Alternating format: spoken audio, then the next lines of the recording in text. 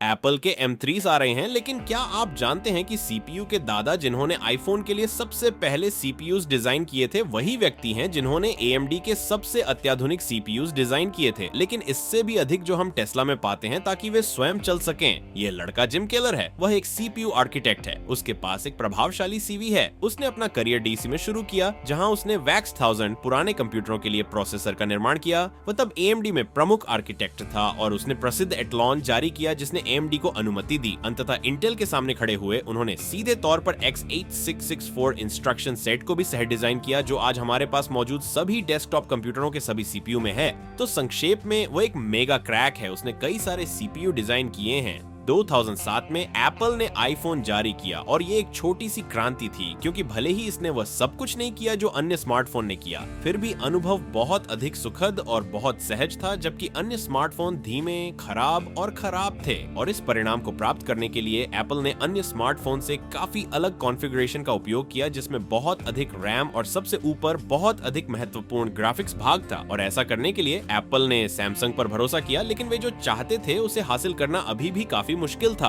और सबूत के तौर पर अगले वर्ष आईफोन 3G को पिछले वर्ष के आईफोन के समान ही सीपीयू विनिर्देशों के साथ जारी किया गया था। और यह पहली बार नहीं है कि एप्पल को अपने सीपीयू आपूर्तिकर्ताओं के साथ इस तरह की समस्या हुई है। उस समय पावर पीसी iMacs के साथ एप्पल अपने iMac प्रदर्शन के लिए मोटोरोला की दया पर निर्भर था, और यही बात iPod में ARM प्रोसेसर के साथ और मैकबुक में इंटेल प्रोसेसर के साथ फिर से वही हुई। इस बार एप्पल ने गाजर खेलना बंद करने और अंततः अपने भाग्य को नियंत्रित करने का निर्णय लिया है। उन्होंने जिम केलर को काम पर रखा, जो उस समय पहले से ही एक स्टार थे, और उन्होंने उनकी पूरी पुरानी कंपनी ही खरीद ली ताकि वे अपनी टीम को अपने साथ वापस ला सकें। और अपनी ड्रीम टीम के साथ जिम विशेष रूप से आईफोन के लिए डिजाइन किए गए SoC पर काम करना शुरू करता है, और 2010 में इसका फल मिल रहा है। एप्पल ने A4 प्रोसेसर के साथ आईफोन शोर जारी किया है, जो इस समय के अन्य स्मार्टफोन के लगभग सभी सीपीयू पर हावी होगा, और यह अगले वर्ष A5 के साथ घाव में चाकू चिपका देगा, जो सभी प्रतिस्पर्धियों की तुलना में 2 गुना शक्तिशाली होगा। बहुत अधिक स्वायत्तता। और इन्हीं प्रोसेसरों से एप्पल ने A6, A7, A8 आदि के साथ अपनी गति जारी रखी, M1 तक, और अब M2 भी, जो सीधे आईफोन 12 में पाए गए A14 से प्राप्त हुए हैं। फिर भी इसने AMD को दिवालिया होने से बचाया। 2012 में ये AMD के लिए गर्म है। कार्यशालाओं आदि के गौरवशाली दिन गए। AMD को इंटेल द्वारा धूमिल किया जा रहा है और इंटेल को इसे आसानी से लेने और कोई प्रतिस्पर्धा न करने की आदत हो गई है। AMD ने पहले ही अपने 25% कर्मचारियों को निकाल दिया है, और यहाँ तक कि केवल डिजाइन पर ध्यान केंद्रित करने और थोड़ी नकदी लाने के लिए अपने विनिर्माण संयंत्र भी बेच दिए हैं। ये कहने के लिए पर्याप्त है कि वहाँ हर कोई उदास है और कोई भी विश्वास नहीं कर रहा है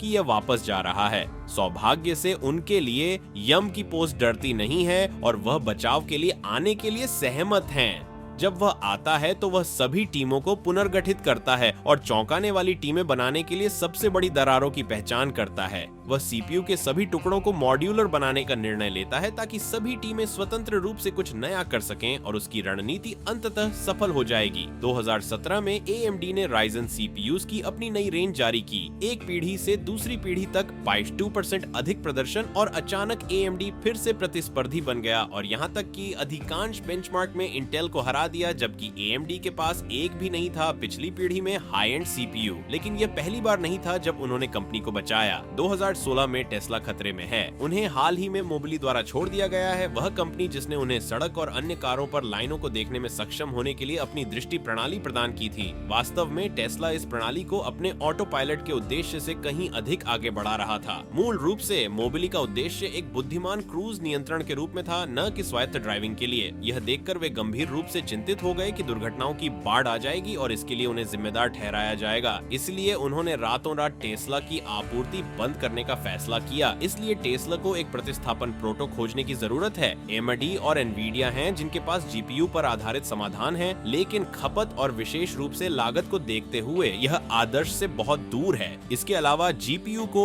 3D छवियां उत्पन्न करने में सक्षम होने के लिए अधिक डिजाइन किया गया है। वे वास्तव में कृत्रिम बुद्धिमत्ता को चलाने में सक्षम होने के लिए अनुकूलित नहीं है, चूंकि वे सतर्क हो गए हैं और उनके पास अधिक विकल्प नहीं है।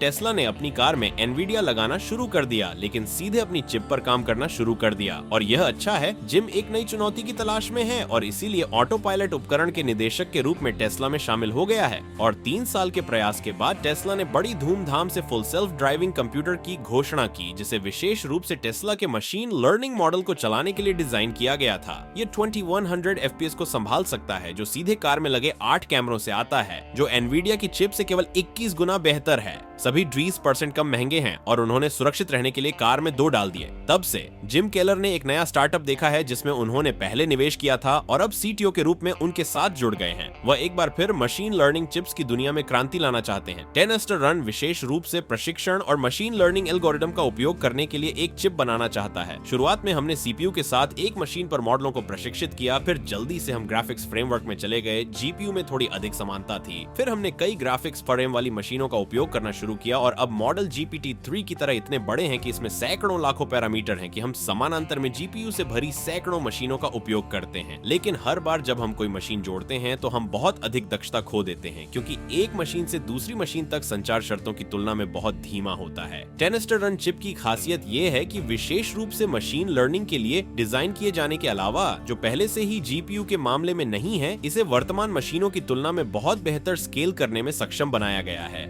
प्रत्येक चिप 100 गीगाबिट के सोजन ईथरनेट पोर्ट को एकीकृत करती है ताकि एक ही मशीन में अन्य चिप्स के साथ और यहाँ तक कि एक मशीन से दूसरी मशीन तक अधिक तेजी से संचार करने में सक्षम हो सके। हम देखेंगे कि क्या जिम केलर एक बार फिर सीपीयू की दुनिया में क्रांति लाने में सफल होंगे।